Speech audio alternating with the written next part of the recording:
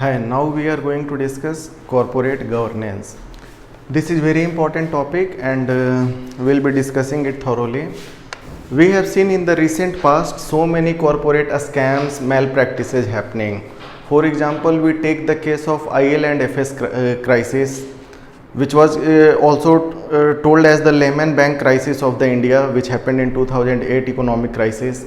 Then we have also come across the ICICI Bank crisis, wherein Chanda Kochar had some dubious dealing with her husband in Videocon. So Videocon ICICI had some dubious dealing and Chanda Kochar role was examined. Then we have come across the cases like Kingfisher Airline and Vijay Mallya. Then we also know about the cases of all this PMC Bank, Punjab National Bank, Nirav Modi, Mehul Choksi and all. If we go somewhat before, we had come across the cases like Satyam, a scam and everything. So all this corporate governance issue is having some systematic problem. So we will be looking into all those dimensions, how those problems are coming and how we can fix those problems. So let us begin. Now first thing, you might have heard two words. You might have heard something like business and you might have heard something like corporate. So what is the difference between a business and a corporate? So this is very important to understand. We will be first thoroughly discussing what corporate is and then we will be looking into subtopics, what problems and all. So let us discuss about business and corporate. Suppose I am a person, I own an electronics showroom, or say I own an refrigerator showroom, or say I own a restaurant. So can we call them as corporate? Or the moment I say you the names like Tata, the names like Birla, the names like Ambani, you get an idea that they are corporates. So what is that which makes the difference between the business and corporate? So let us understand this. There are two things in any business or something. There will be two things. One will be ownership and other would be management. So by ownership we also understand whose money has been invested, and by management we can also understand who control the things. So it's like in the business, the ownership and management, if we write ownership as O and management at M, then ownership and management would be same person.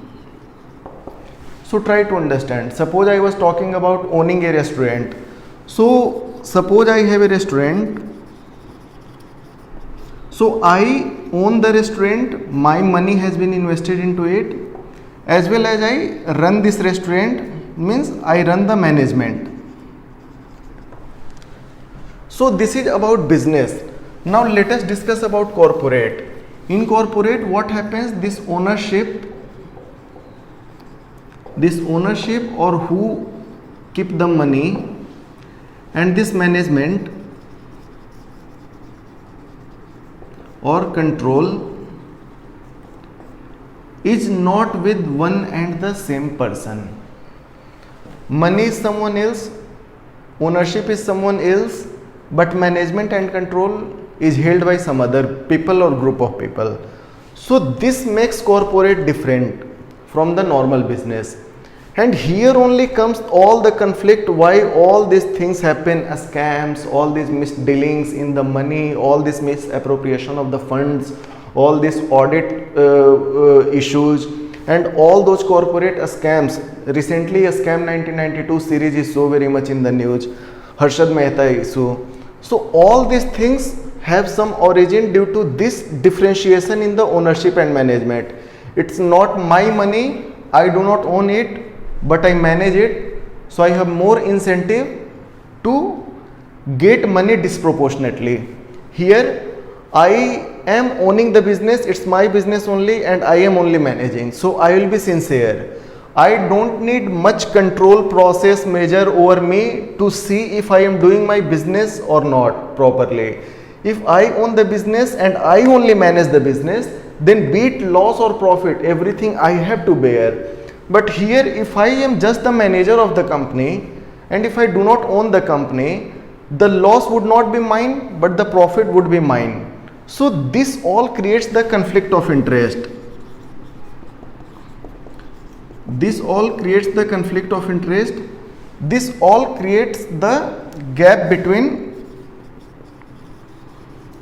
accountability and authority. So here there is no conflict of interest. The profit or loss or the business grows or business comes down, everything I have to bear, so I will be taking things seriously. But here, if profit grows and all, profit is coming or not, loss is going, loss is increasing, I do not mind my business. As a manager, I will get my salary, I will get my incentive, that's it. Loss will be borne by someone else. Similarly, here there is internal accountability. You yourself are responsible if your company is going down, if your business is going down. But here you are not responsible. You own the authority, but accountability element is somewhat less. And what the effort of whole this corporate governance structure, which we will be discussing today, is the same: to enforce the accountability, to reduce this conflict of interest. So this is how we will be dealing with the topic. Now let us come how corporate functions and what is the structure of the corporate. We will be discussing thoroughly, and very slowly we will go. One thing I want to make you clear, that you have to properly understand how corporate is structured and how it functions, what are the different control measures and where the loopholes are. So we will be discussing now corporate. How corporate operates. Suppose I am a person, I own 100 crore of rupees. I want to put my money into some company. I want to start my own company.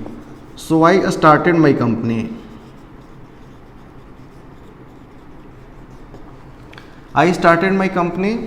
So whosoever started the company or puts the initial money, they are called promoters. Okay. Suppose then my company is growing, the business increases and I need further 500 crore rupees. I need further 500 crore rupees, but I don't have funds with me. So what I will be doing? Then I will go for, we call it public offer also, or we will be going for shares. We will be releasing the equity or share of the company. So we will be releasing shares. Suppose I as a promoter owned 100 crore, I needed 500 crores rupees. So I will be releasing share of my company, and since the company is making profit, so to raise another 400 crore rupees, because this is what I need 500 crore and this is what my 100 crore is. So to raise this 400 crore rupees, I release the share. So many institutions or many individuals,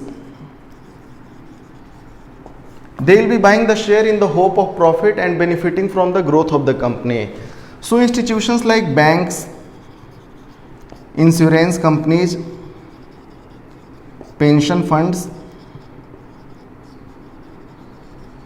they all come and invest their money, and individuals also like an individual or even investment companies and all, mutual fund and all, they will also come and they will invest the money. So this is how a corporate operates. There will be promoter, and then there will be those who will be owning the shares. They will be called shareholders. Majorly what happens in general, that promoter or this institutional investor, promoter and this institutional investor, they will be owning the majority. They will be owning the majority of the share. So in decision making, their role will be very important. Now this is the basic structure of corporate. Now let us discuss how corporate functions somewhat. What all components are and what is the role of different components in the functioning of a corporate. So let us discuss. A corporate will be like, a corporate is having following a structure: board of directors, we call it board also directly. Then before the board, it will be management, and below the management, it will be shareholders. So what happens? Board of directors, let me discuss their roles. Board of directors are at the apex of the organization. Let me call it BOD for the short form. BOD is the apex body. It is the apex body in the corporate. They will be making a strategic decision, they will be setting up the goals of the company, they will be supervising the things, they will be forming their committees, they will be also looking after the third party approvals, they will be looking after audits and all.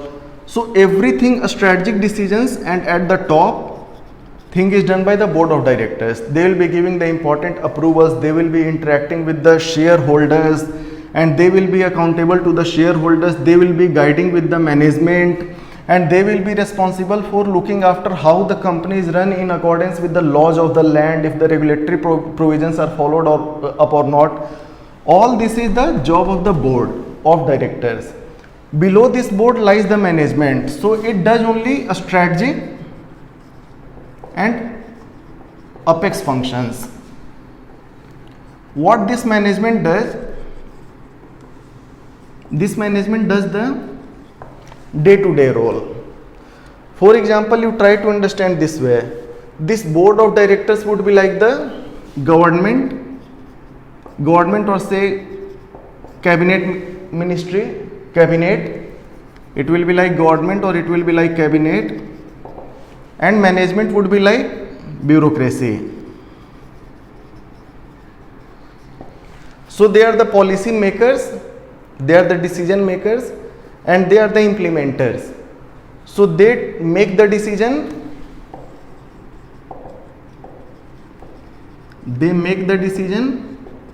and they will implement the decision. So whatever decision has been taken out by the board of directors will be implemented by the management.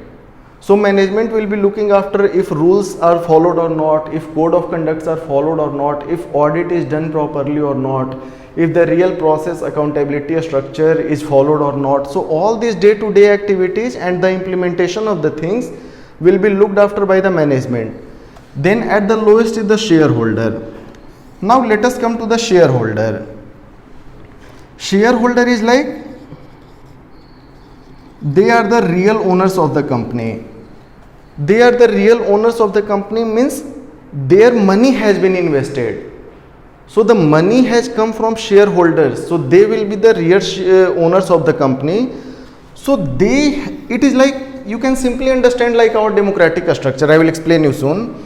They are like the real owners, their money is there, so they need to know everything, how the affairs of the company has been carried out, what decision has been taken, how decision will be implemented, if something going to be wrong, then what decision and what corrective step has been taken or will be taken. So all these things, they have to be intimated, and they exercise control. They will be having the voting power and all. I will explain you very soon. So it is like the common public. This will be like the common public. So board of directors is like government or cabinet, then management is like bureaucracy, and then shareholders are like public. Now they function as The way our democracy functions, similarly, there is functioning of corporate democracy.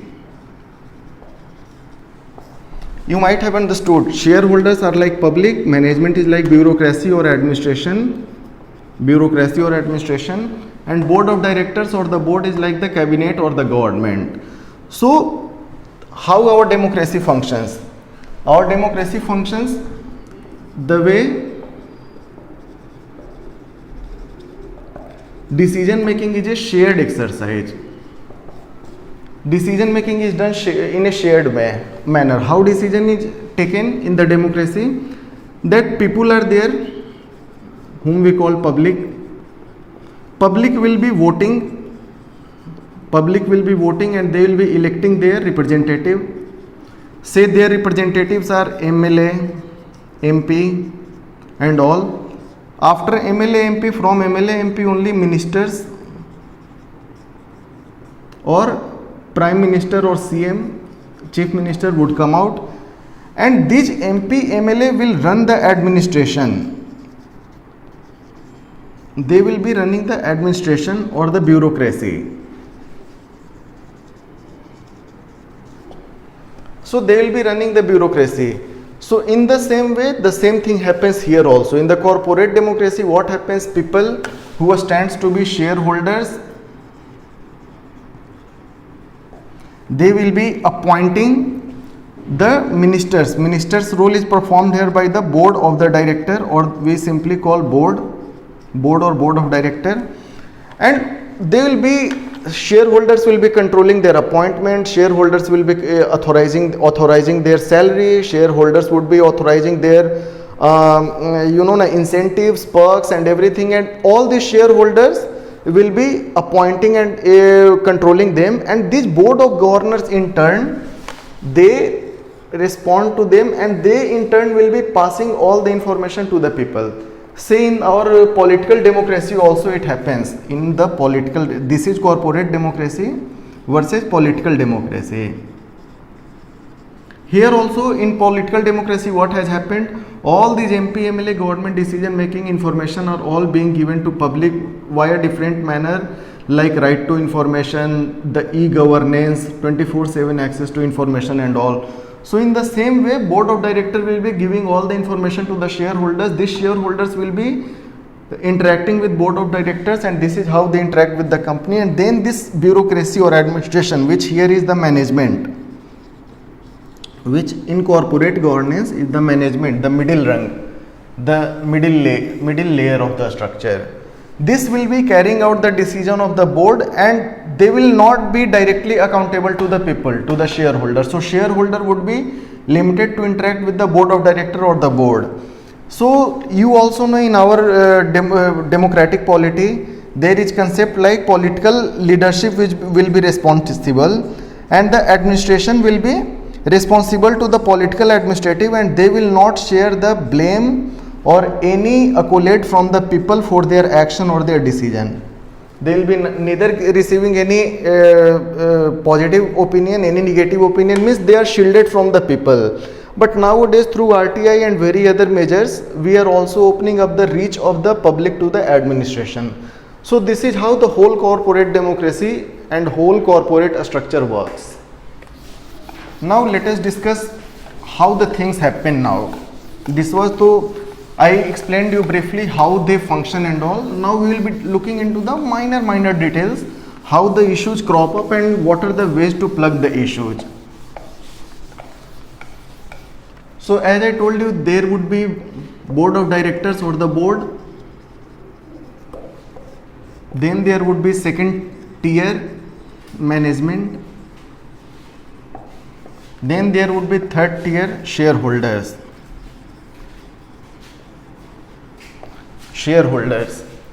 Now all these things, this whole corporate structure, they would not be working in isolation. This whole corporate structure will be working within the government, because the government of the land will be controlling the whole administration and all.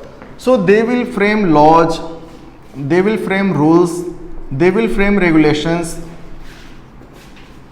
they will require approvals, they will require environmental clearances like social impact assessment. They will require environmental impact assessment, they will give you the environmental clearances and all. So this whole government will be controlling this corporate. Apart from that, apart from government, the society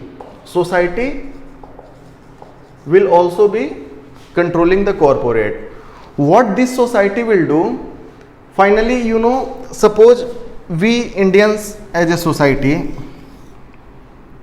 suppose this is India and we are people, we all are the citizens of the country. One very important for the survival of any individual or society is the creation of wealth. Creation of wealth. Without wealth creation, a society, an individual or a group cannot exist. So this wealth creation happens by way of people coming together. Maybe they will be forming some company or something, or corporate, or some shops they will be running. So people come together to create wealth, and then that wealth will be distributed in an equitable manner or in any manner among the people who have joined together to produce the wealth, means to engage in the production activity. So all these corporates, apart from being accountable to the government, audit also you can write here, government requires the audit to be happened. Apart from corporate, also interact very intimately with government and the society in general. So this is how the whole corporate structure will be working. Like they cannot work in isolation as a separate unit. So they will be working only as in a close cooperation with the government and society. So it will be something like this way: corporate, government and society. So this is how they will operate together. So this is the basic philosophy behind the functioning of the corporate and how they interact with the government and the society. Now we will be discussing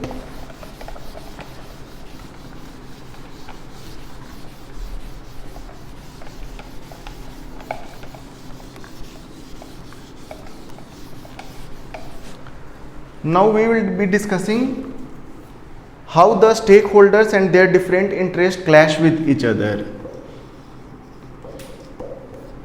Board of directors. Let me discuss first about the board of directors.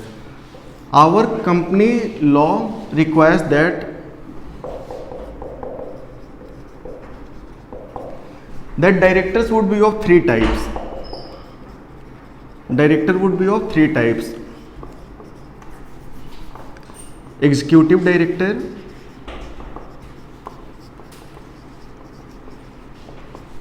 nominee director,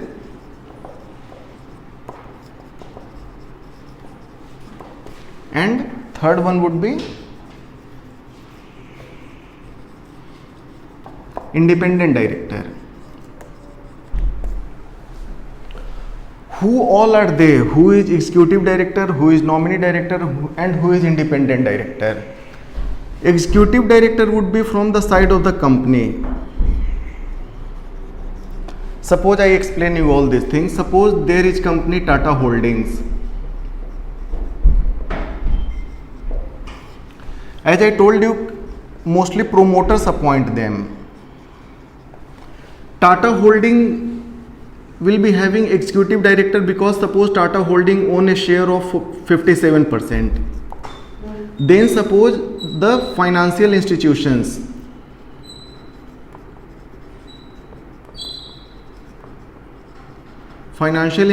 as I told you, bank, insurance and pension funds, and for that matter, you know, mutual funds and all. So suppose financial institutions have invested 33% of their wealth. 33% of the money has come from financial institutions, and say other shareholders, individuals and all, suppose they have kept 10% of the money. So 57% is kept by the company Tata itself, and then 33% by the financial institutions, and then 10% by the shareholders. So what happens? The directors will be represented by all these three groups of investors. So executive directors will be from the side of the company, from the side of the promoter itself. Then nominee director would be from the side of the financial institutions.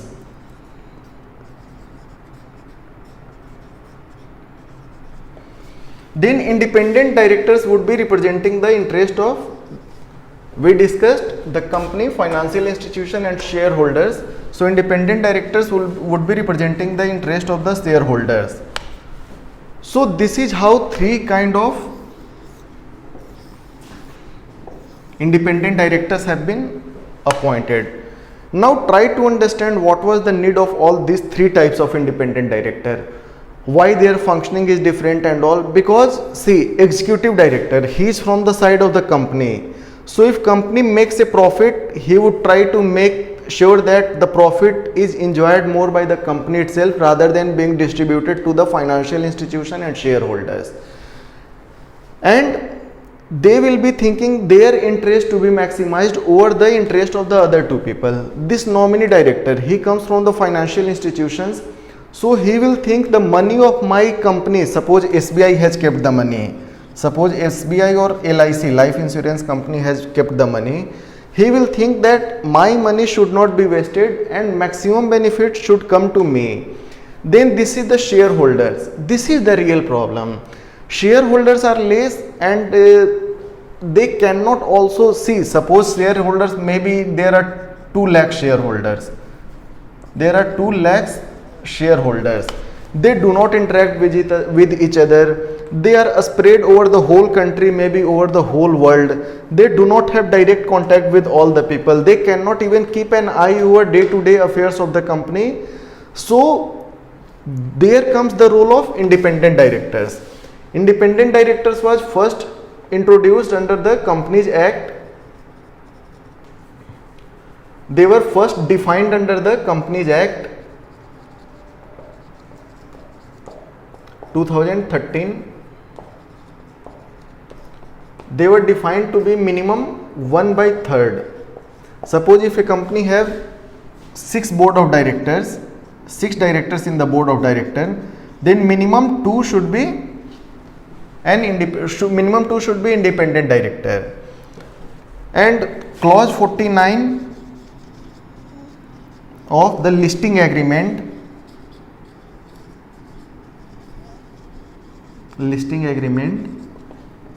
under SEBI also provides for them. So this will be the independent directors would be representing the interest of the shareholders. So this is how the 3 directors are having different functions. Their interests are different. So suppose some scam happens. Maybe company and the promoters, they are very much close to the operation of the company. So they may minimize their loss to the minimum. Then all the laws like company law tribunals, and there are various mechanisms to recover the money from the company. For example, insolvency and bankruptcy code we brought recently. So all these financial institutions, they are also secured of their money by way of having the mortgage. They fund the company and keep company's property as the mortgage. So they also are safe. They are also safe.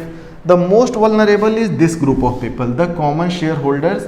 And if you see, like in PMC bank scam, what we saw, all the individual people who had kept the money in the bank, they were running after the bank, but the bank office is closed, and even the provisions provide for the insurance of only 1 lakh rupees of deposit. So they lost their whole money which they had earned over their life. It was very hard earned money. So it is this group of people, shareholders, which is most vulnerable. So to secure their interest only, independent directors are provided, and they are provided with a lot of power, and their number should be minimum 1/3. And what happens now, I'll come to the concept of other two important concepts. Hope all this is making some sense to you people.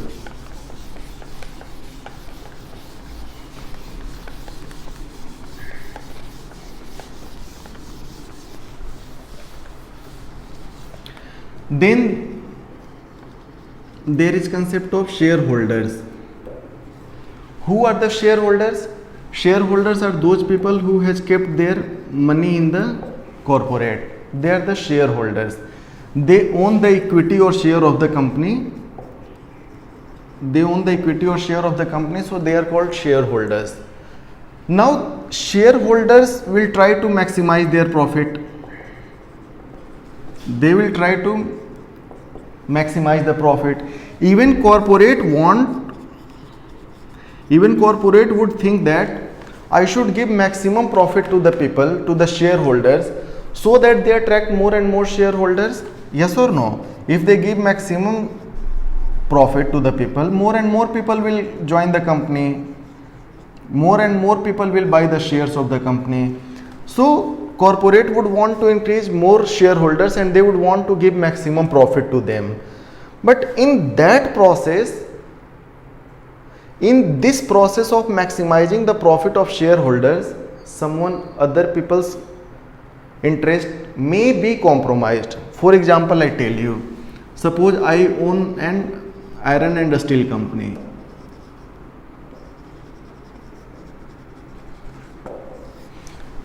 If I own an iron and steel company, my aim is to maximize the profit. Suppose I want the profit to be maximum. Then I am going for cutting the forest. Then I am going for violating the environmental norms.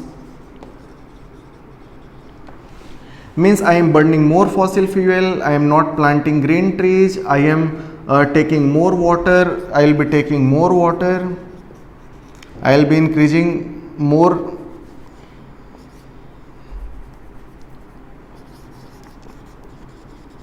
I will be releasing more effluent, that too without treatment, in the rivers.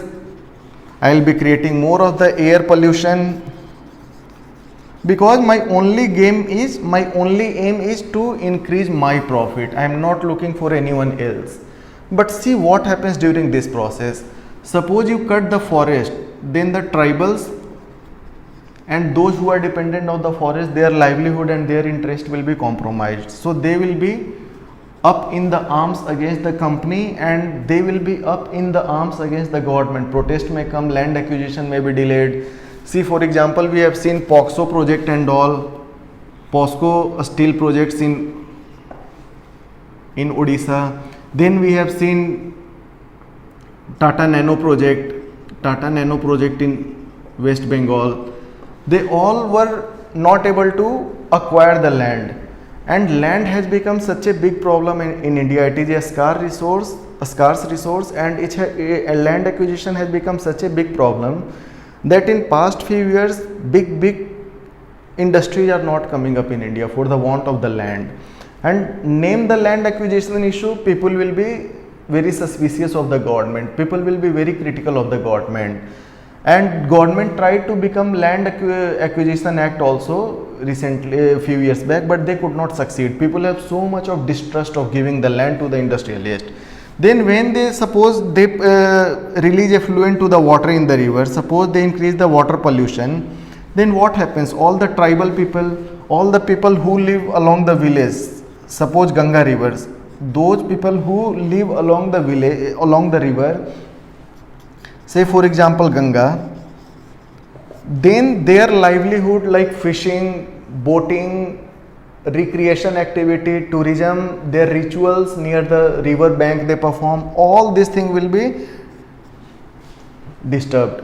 See for example, see the case of Ganga near Kanpur. They are so much polluted with the different industries in Kanpur, especially the hide and skin industry, the leather industry, that the water is not usable. See the case of this Yamuna near the Delhi.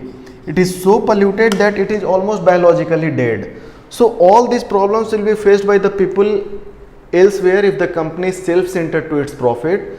So apart from the shareholder, there is one more important concept which I am telling you. This concept is the concept of a stakeholder. A stakeholder. Now what is the concept of a stakeholder?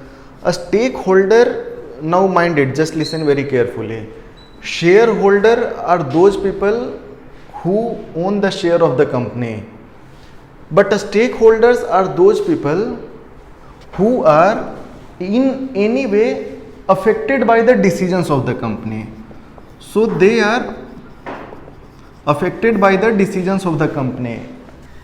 So shareholder is just the one who owns the shares, but the stakeholders are anyone who could be affected by the decisions of the company, activities of the company. Now who all are the stakeholders?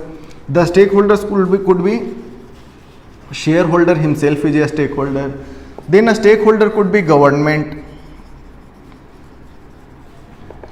Because if protest happens against the land acquisition or against the company, the government will deploy police, maybe some clashes will happen as it happened in the Sterlite protest in Tamil Nadu. So government is also an important stakeholder. Then the stakeholder will be public, common public. Suppose air is polluted, Delhi air is polluted, who polluted it doesn't matter, but I am living in Delhi, you are living in Delhi, you have to inhale a polluted air. So general public will be affected. Some industry polluted the water, but me, if I am living near the river bank,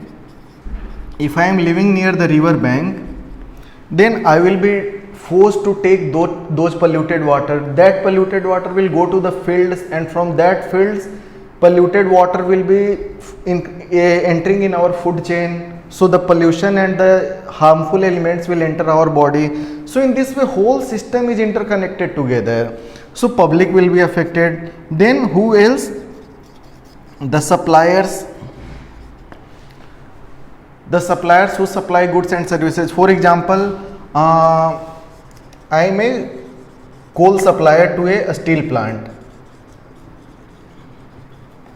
If the steel plant is doing good, my demand for coal will increase. I will supply more coal, I will make more profit. If the steel plant is not performing good, the demand for my coal will reduce and my profit will be coming down. So even this coal supplier and any other supplier, even the consumer is a stakeholder.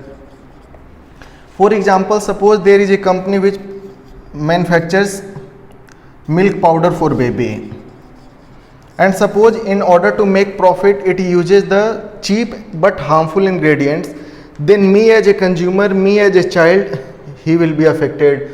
So a stakeholders means anyone who could be affected by the decisions of the company. It could be even the management of the company. So company outside means, you just imagine, suppose this is company, anyone outside who are likely to get affected. Tribals could be a stakeholder. Anyone outside the company who could be affected by the actions of the company, they all are stakeholders together. Now the concept comes, company should function for whom? Company should function for shareholders, company should function for the benefit of the promoter, company should function for the benefit of the board of directors, company should function for the benefit of its managers, or company should work for the benefit of the government, the society at large, and all these are stakeholders. Whom should the company function? This is the real question. And the obvious answer is that earlier there was a saying by Friedman that the business of business is business. The business of business is business. Means the company should mind only its business, means making profit. It should not mind all this shareholder, stakeholder, public, supplier, consumer, management and all. No, it is not the concern of the company. Company should only mind about their business. But now the recent trend is that, the latest trend is that company if minds its own business, it will not be in business. So now the company has to operate taking into the concern the stakes of every single people who are affected. So you cannot just keep polluting the environment, you cannot just keep snatching the land from the tribals, you cannot just keep continuing with the old technology using the more raw material, because there is scarcity of raw material and there is more demand for raw materials. So nowadays this dictum is gone that the business of business is business. Okay, so now we have to look for the interest of the stakeholders, not the shareholders. And this thing, the diversion of focus from shareholders only to all the stakeholders, different provisions of corporate governance comes into play. So this is how the corporate governance will be coming into play. Am I done? So this was all about the introduction of the corporate governance and how it works. Let me discuss some more thing also. Just a small thing about shareholder.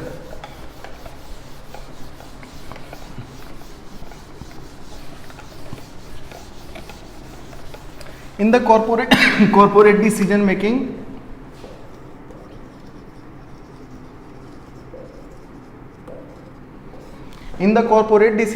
decision making happens by way of voting, as I had told you, the corporate democracy structure. So during this voting, the decision will be taken by majority. Maybe some decision would require 51% of the majority, maybe some important decision will require 74% of the majority. So but majority will be required. Now suppose I have this 74% of the majority, suppose I have 78% of the majority for the time being, and suppose others have just 22% of the majority. So in decision making only he will be heard, he will be sought, only he will decide what to do, what not to do, and all these people do not hold much weightage. So they are called majority shareholders and they are called minority shareholders.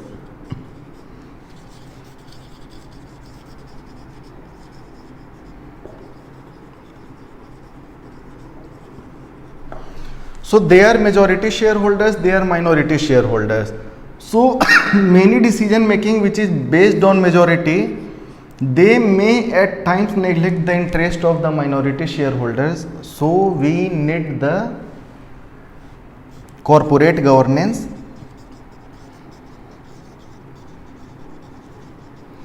to strike a balance between the interest of this majority shareholder and this minority shareholders. We need corporate governance for this also. We need independent directors for this also. As I told you, there are 3 types of directors. We need independent directors for this also.